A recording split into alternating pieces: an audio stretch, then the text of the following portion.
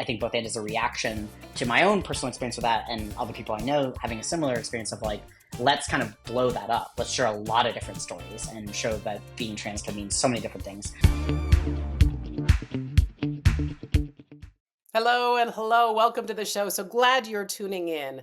On this episode, we get to meet Finn Shepard, a trans writer and entrepreneur who launched the Both and fashion brand to serve members of the transmasc and non-binary community who are having trouble finding clothes that fit their body types. And in doing that, allow them to express and feel a sense of pride.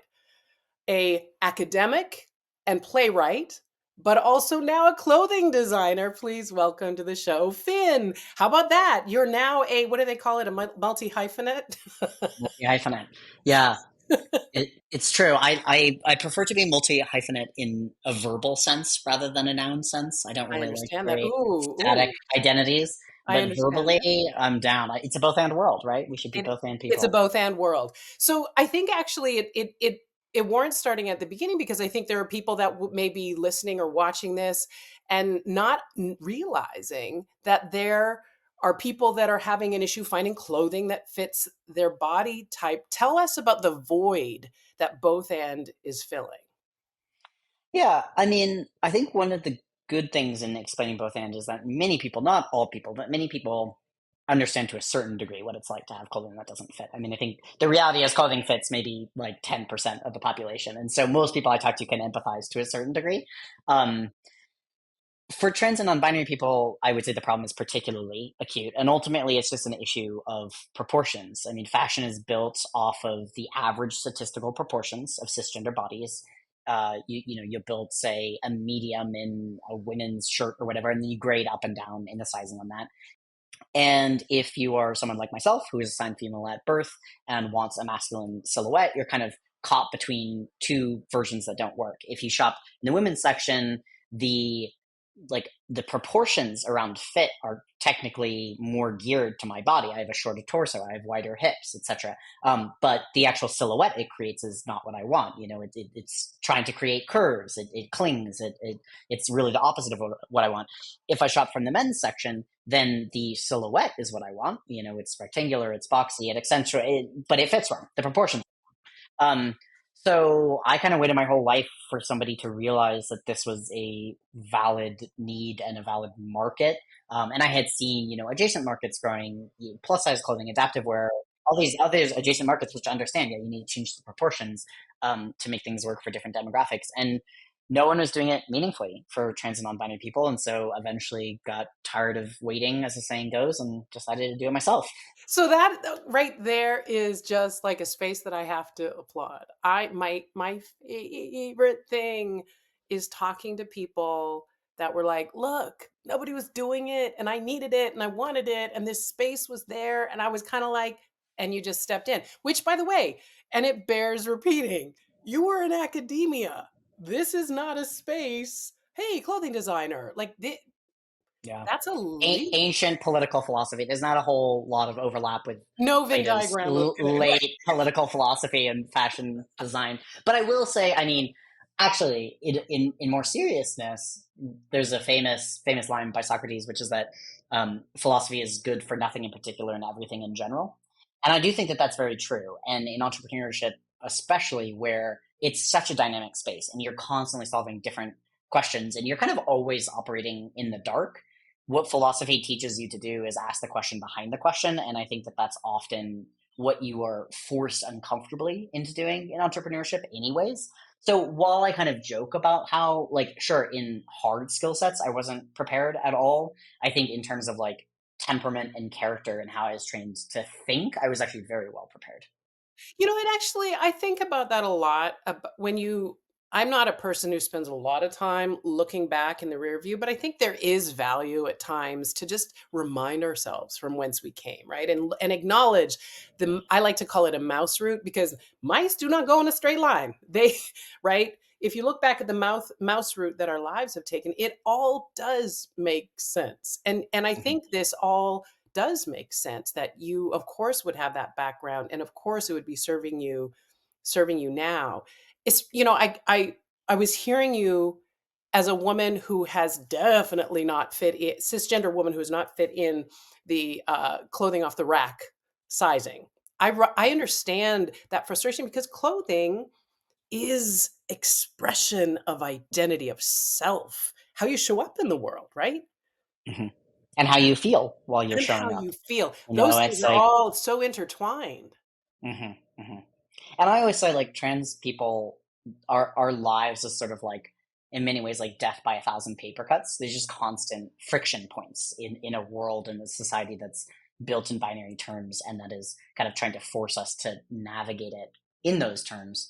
And I sometimes, when I'm talking about fashion or clothing, it's sort of, it can be taken as a sort of surface, shallow thing, but when you think about what it means to like actually wake up, and if the first thing in your day as a trans person is you wake up and you try and get dressed to go into the world, and what you put on immediately makes you feel like you don't fit. Like there's like negative voices in your head that are like, you're wrong. You're not actually a Yeah. man. You're not, all those negative voices are Being just othered by your reinforced. own clothes. You're othered by your own clothes. Like we don't need another friction point. Like we deserve Right. to just have a nice t-shirt that fits us well and makes us feel like we are, being accurately seen in the world. And so on the one hand, it's a small, humble thing, and on the other hand, I think it makes But a it's really but it's profound difference. everything, right? Yeah. It may seem small on surface, but it is absolutely everything. It's such a journey to even be able to get to that point. There's so much inner work that is going on in the individual to get to the point where you say to yourself, where you feel, I'm going to outwardly express how I feel internally, Yeah. right? And then to Yeah. not have the clothes meet you there, it's kind Hmm. of like such an abrupt confrontation. Yeah. Yeah. Completely agree. What has the response been? Very positive. I mean, I think one of the interesting, challenging parts is as you grow, if you're serving a community that is very underserved and has a lot of understandable anger and hurt, you kind of come to be sort of like the receptacle for solving everything.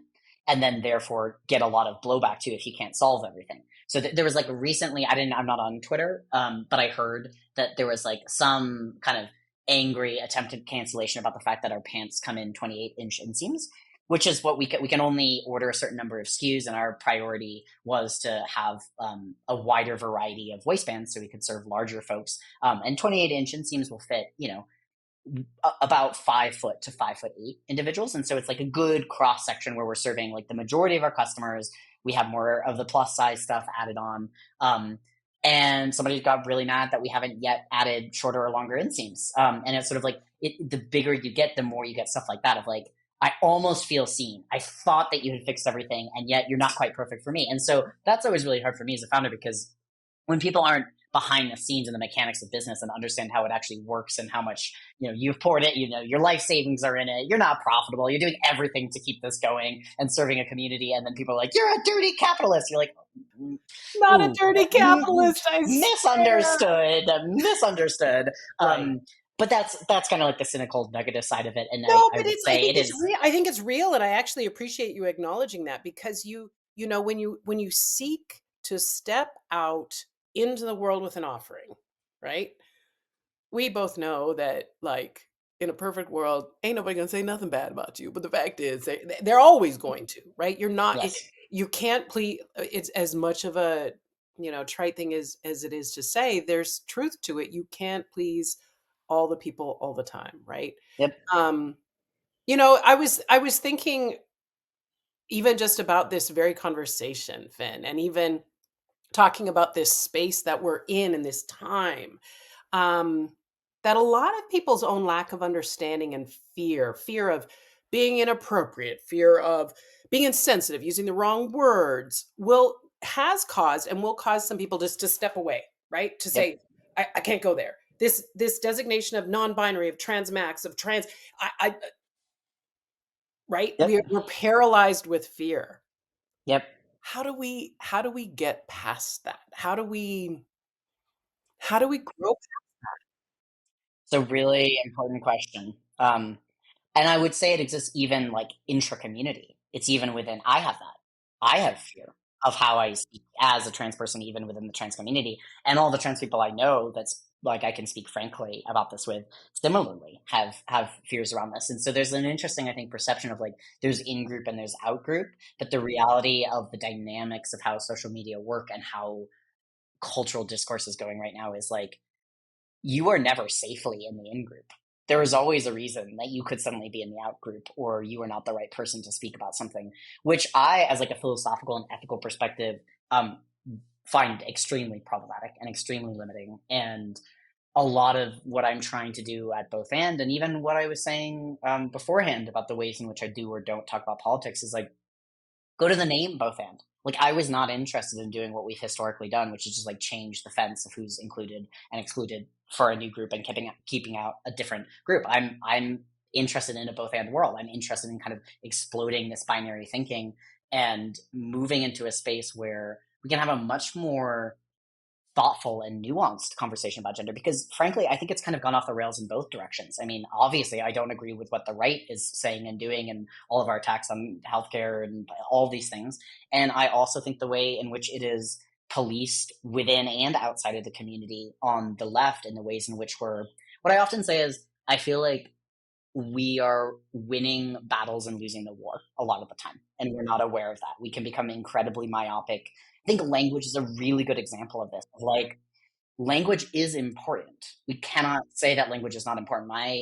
My world is infinitely improved by people respecting my pronouns as he, him, and that requires fighting for those rights.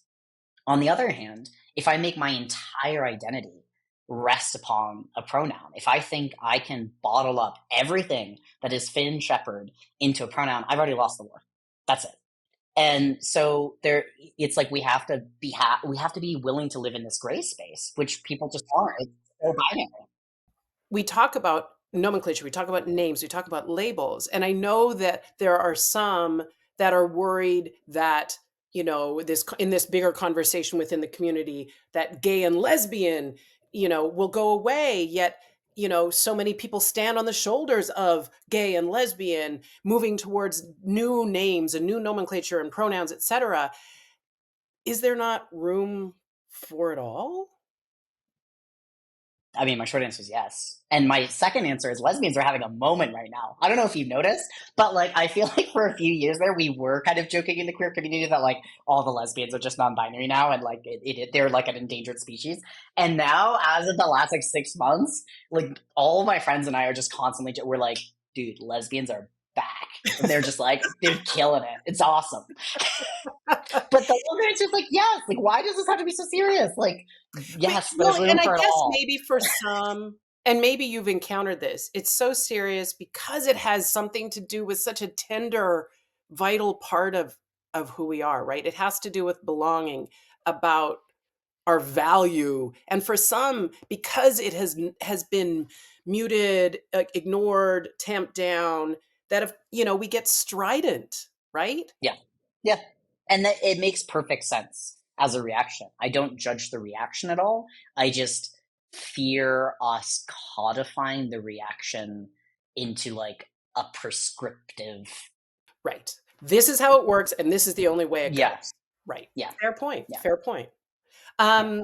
Do you mind how much do you mind sharing about your own journey, Finn? How comfortable you Yeah. are telling me a little bit about your own personal story? Very comfortable. But my story goes in many different directions and across many different modalities. So which part of the story are you interested in? Well, the one that pertains to this conversation, I noticed, for example, you choose to use the pronouns he, him, and again, you said this isn't the only way you identify, but this is part of Mhm. who you are. There are people that use others, they, or a litany of other pronouns. Why did you choose he, him? That's a good question. Um, there's such a beautiful, diverse spectrum of trans and non-binary identities and stories today, and a lot of the work we do at both end is, I think, maybe honestly, my own personal response to how I had felt boxed into being trans, meaning like a particular set of prescriptive things for much of my life, and that actually being like a huge barrier for me to cross to feel comfortable being trans in the world. And sort of a lot of, I think, both and as a reaction to my own personal experience with that, and other people I know having a similar experience of like let's kind of blow that up. Let's share a lot of different stories and show that being trans can mean so many different things.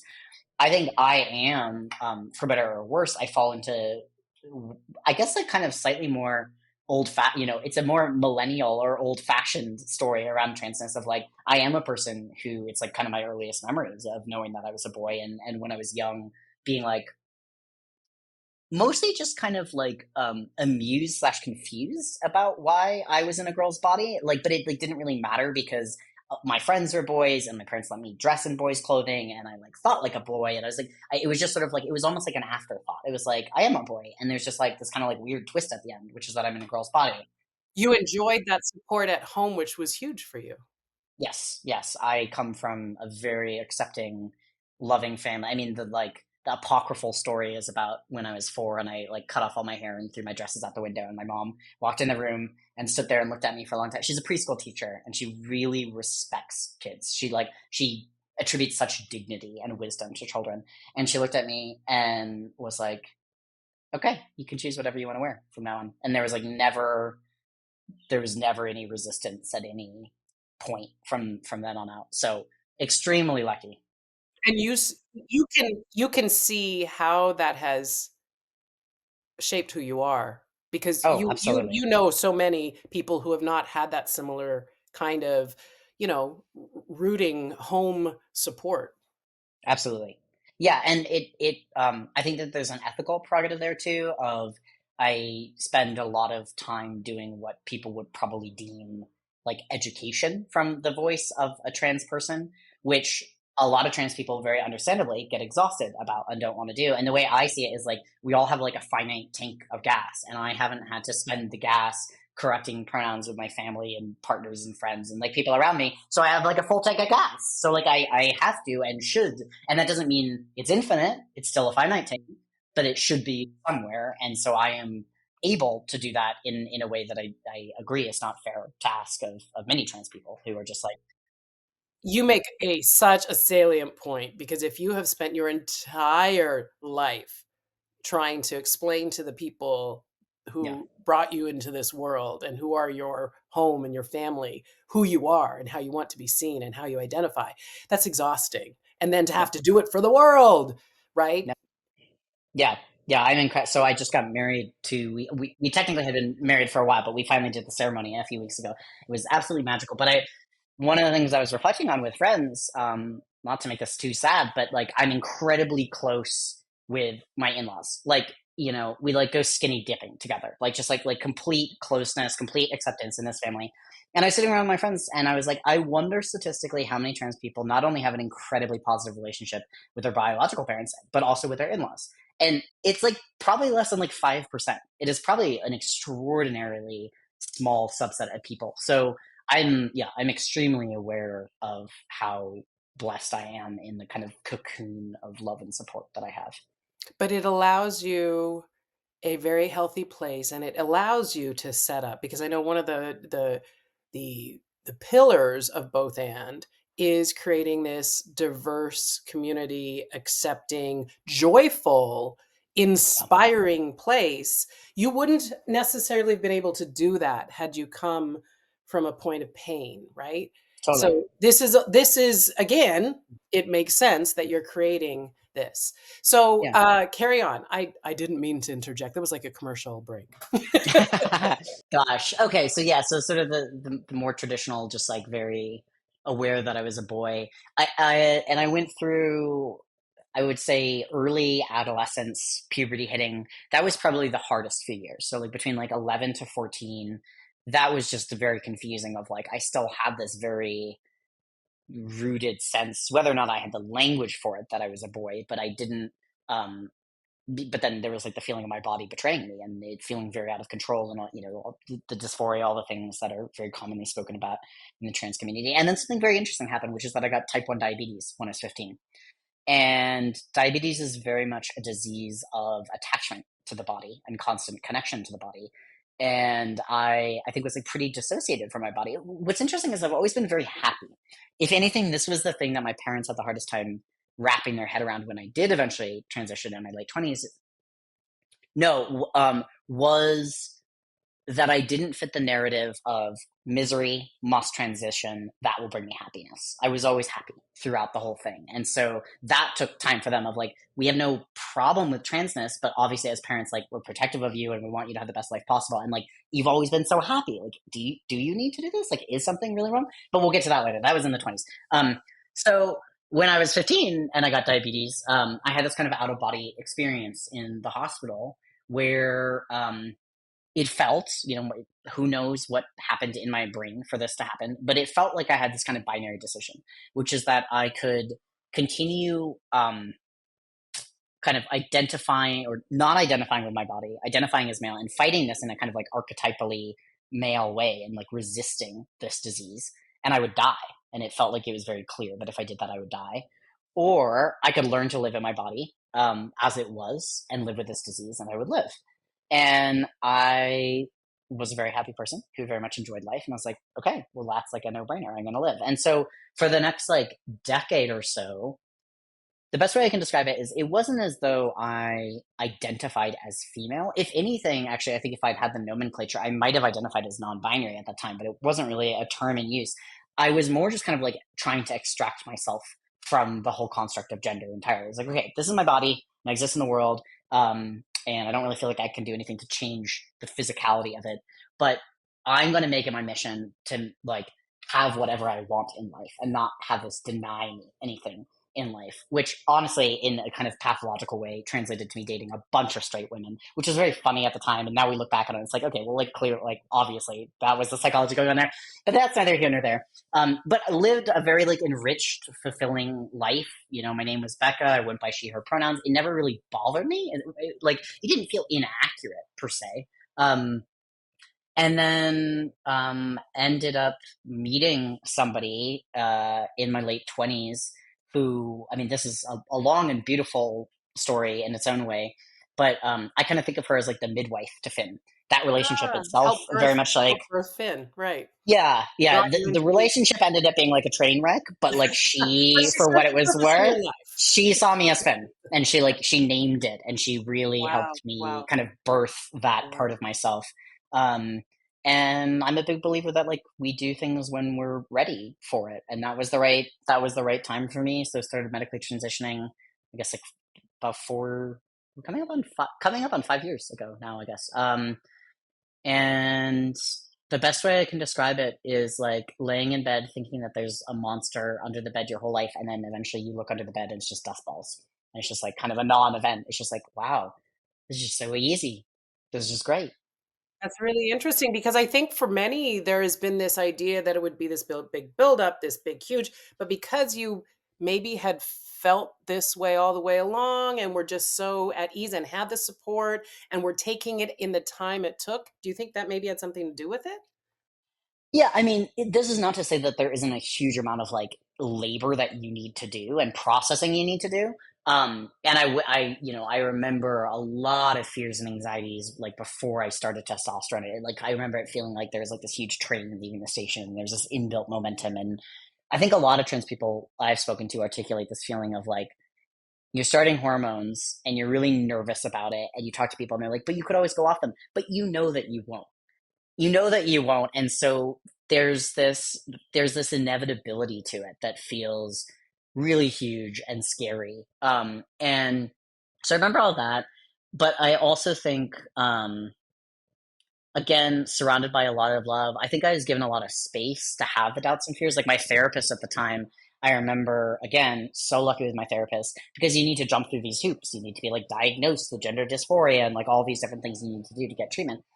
And I remember in like my first session with her talking about this, she was like, okay, let's just like get this straight.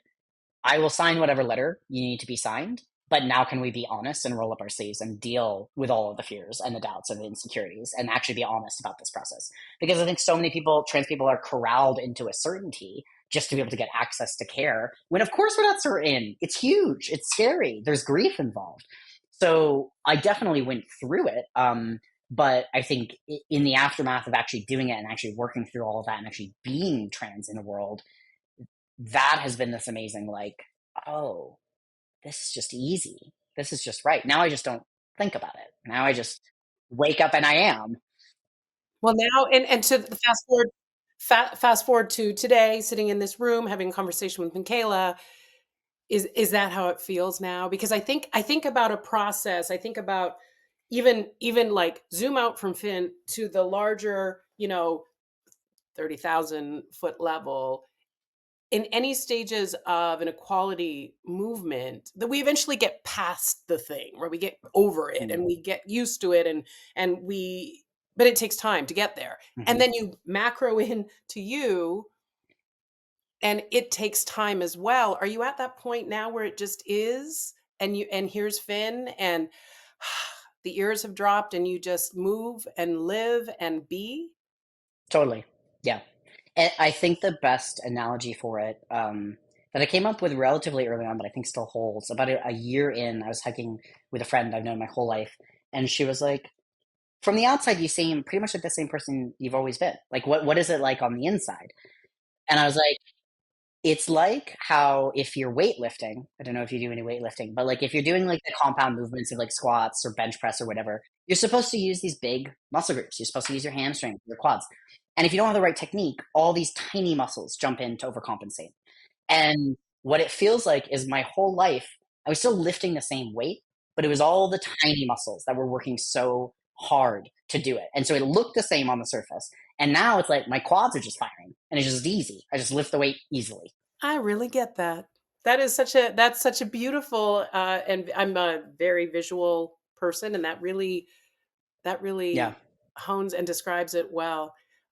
You talked about it before, this idea of fatigue. I feel as though somewhat there's catharsis in this for you in being able to talk about it, and also a place of pride, because I know you wouldn't go out to the world with both and a fashion line, Mm, right?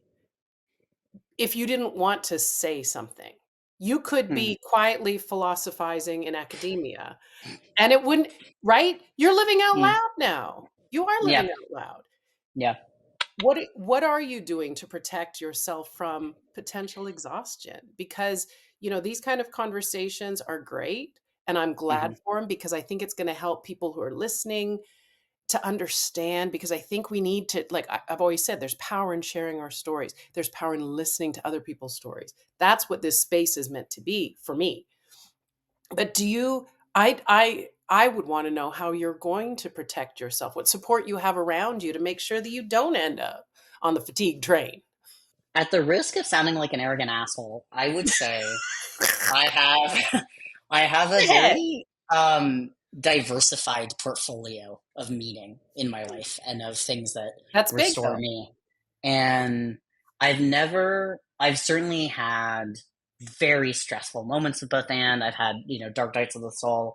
Frankly, the vast majority of it has always been around fundraising and capital, as I think it is often for founders, but especially in this market and dealing with inherent transphobia and stuff, just like keeping this thing alive and funded is probably the biggest stress point in my life. I would understand if you lost sleep over that. Yeah, it's not easy. But I honestly like I have a really good life. I don't work nights and weekends. I spend the early mornings working on creative writing projects. I spend a lot of time in nature. I work out a lot. I have an amazing community of friends. My partner's incredible. So I don't I'm nowhere close to burnout. Good. I'm like Stay there. very Stay there, Finn. yeah, I'm Stay there. good. So I'm will good. there be more writing, more, I mean, because it sounds like you have a lot of buckets, right? I'm a Yeah. big fan of that. Do you think that's something that, will you'll dabble in? Because you said at the beginning, that's a very good question. We'll discuss. More academia for you, or more writing, more playwriting? What? Definitely writing. I'll always write. It's nice to now be at a point in my life where my identity and my paying the bills isn't attached to it. I think when I was younger and I was like, I'm gonna be a famous novelist, and then you face the hard realities of the publishing industry. It's like that's very depressing. So now, like, I write for myself, and sometimes things are published, and sometimes they're not, and it doesn't really matter that much to me. It's just still, it's an act that it has value in and of itself, which I think everyone should do. I think one of the saddest things is that, like, in modern society, we just have lost respect for self sufficient things that we do just for the sake of them. So I think everyone needs to do more of that. And if you're not, that will help you from not getting burnt out. So that will always be a part of my life. academia, I don't see myself getting back into formal academia. I see myself, I will absolutely at some point in my life apply entrepreneurship to academia. The first startup I actually worked on, my kind of gateway drug to the startup space, was a philosophy platform, and that was kind of what opened my eyes to like there's this. It was content that I really cared about, but in a new format that had a speed and dynamism and a way of challenging me that I hadn't felt in academia, and I see myself eventually returning to that in some capacity.